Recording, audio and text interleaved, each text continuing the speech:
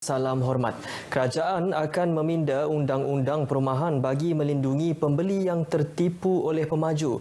Menteri Perumahan dan Kerajaan Tempatan Datuk Zuraida Kamarudin berkata, ini kerana akta yang ada pada masa ini belum dapat melindungi pembeli sepenuhnya.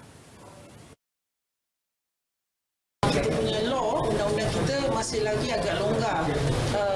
Tidak berapa ketat untuk jadi kita senarai hitam saja, dan kita tak dapat ambil tindakan pada mereka dan mereka jadi bankrupt dan kita susah nak buat tindakan. Jadi kita merancangkan kemungkinan kita akan mewujudkan satu tabung. Dengan itu, Akta Pemajuan Perumahan Kurungan Kawalan dan Perlesenan 1966 akan dibentang di Parlimen untuk pindaan kelak. Datuk Zuraida ditemui media selepas merasmikan Pejabat Cawangan Syarikat Perumahan Negara Berhad SPNB di Petrajaya, Kuching. Beliau diminta mengulas mengenai projek terbengkalai milik swasta di Kuching sehingga menyebabkan sejumlah pembeli mengalami kerugian. Dalam pada itu, Datuk Zuraida memberitahu setakat April tahun ini tidak ada projek di bawah SPNB terbengkalai di Sarawak. Tambahnya, pihak kementerian sedang merangka pelan perniagaan yang mantap bagi membolehkan SPNB meneroka struktur binaan rumah yang lebih komersil. Dalam pada itu, Datuk Zuraida memaklumkan kementeriannya akan memperuntukkan RM3 juta kepada Majlis Daerah Bau untuk melaksanakan pelbagai projek pembangunan dan naik taraf di kawasan pentadbiran Majlis Daerah berkenaan. Ini termasuklah projek perparitan selain naik taraf kawasan Medan Selera dan tempat-tempat pelancongan di kawasan berkenaan. Pada prinsipnya, saya luluskan 3 juta dahulu untuk awal, termasuk kerja-kerja untuk pelancongan, kerja-kerja untuk ada repair longkang dan sebagainya. Jadi kemudian itu akan disusul oleh YB Bun bersama dengan Puan Anilya untuk turun padang, tengok lagi mana tempat lagi yang boleh kita bantu untuk kasih tingkatkan ekonomi Kaunsil Bau ni. Beliau menyatakan demikian kepada media selepas mengadakan lawatan ke Pekan Bau. Pengerusi Majlis Daerah Bau, Enilia Siam dan pegawai Haske PKT di Sarawak, Bun Syakni juga diminta turun padang bagi mengenal pasti kawasan-kawasan lain yang boleh dibangun atau dinaik taraf dalam usaha membuka peluang ekonomi kepada penduduk setempat. Bersempena lawatannya ke Bau, Datuk Zuraida turut menyerahkan cek replika berjumlah RM15,000 kepada Sekolah Jenis Kebangsaan Cina Bau untuk pembelian kanopi. Ekoran kes COVID-19 yang melibatkan sebuah rumah panjang di Limbang, masyarakat diminta supaya sentiasa mematuhi prosedur operasi standard SOP yang ketat. Menteri Muda Pemodenan Pertanian, Tanah Adat dan Pembangunan Wilayah, Datuk Dr. Abdul Rahman Ismail berkata, SOP tersebut perlu dipatuhi bagi mengelakkan wabak COVID-19 dari terus tersebar luas. Datuk Dr. Abdul Rahman bagaimanapun yakin penduduk Limbang dapat mengikut serta mengamalkan segala arahan dan SOP yang telah ditetapkan oleh kerajaan. Alhamdulillah setakat ni nampaknya keadaan agak terkawal, tapi kita tidak boleh leka. Kita teruslah mengamalkan SOP yang telah pun ditetapkan, termasuk pemakaian pelitup muka, penjarakan fizikal dan juga menjaga kebersihan.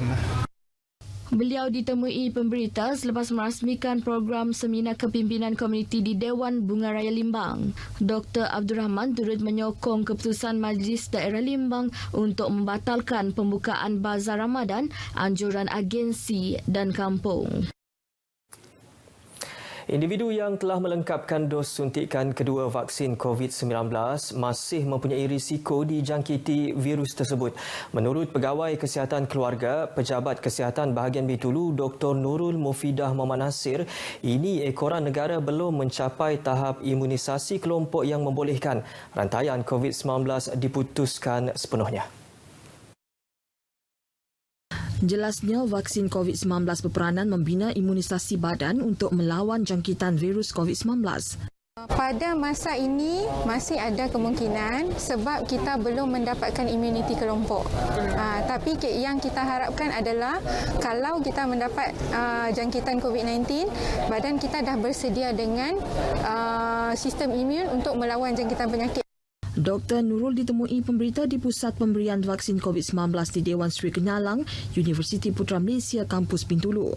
Jelasnya, selagi proses pemberian vaksin belum mencapai fasa kedua dan ketiga, masyarakat masih perlu mengamalkan norma baharu dalam kehidupan sebagai langkah memutuskan rantaian COVID-19.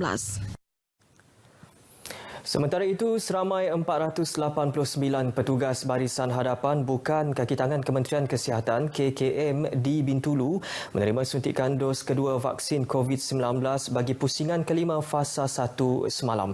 Setakat ini, seramai 1,770 petugas Barisan Hadapan bukan kaki tangan KKM di Bintulu sudah menerima dos kedua vaksin berkenaan.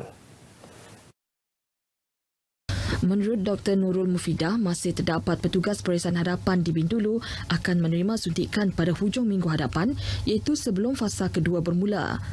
Fasa 2 kita sudah akan bagi kepada golongan masyarakat umum, tapi dia masih ada kriteria pentinglah, sebagai contoh untuk golongan yang lebih berisiko, warga emas yang berpenyakit, yang ada komorbid macam darah tinggi, kencing manis, golongan ni yang akan diutamakan dulu.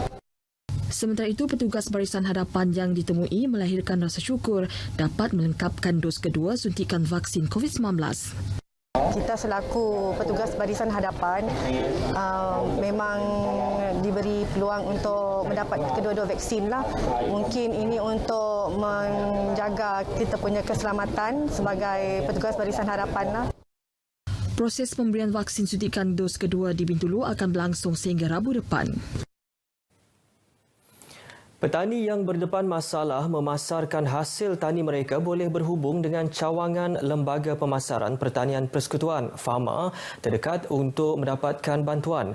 Penolong Pengarah FAMA Sarawak, Louis Ugah menjelaskan, FAMA mempunyai banyak program dan saluran untuk membantu petani memasarkan produk mereka, antaranya program My Rakyat atau Bazar Rakyat dan Pasar Tani. Jelasnya, FAMA juga sedia untuk datang sendiri ke ladang dan kebun dalam memudahkan urusan pemasaran petani. Daripada yang kita lihat semasa tempoh COVID-19 ni, kita nampak ada peningkatan lah daripada para petani yang menjual hasil-hasil pertanian mereka orang. Sebenarnya tiada masalah lah, tiada lambakan, tiada lebihan pun untuk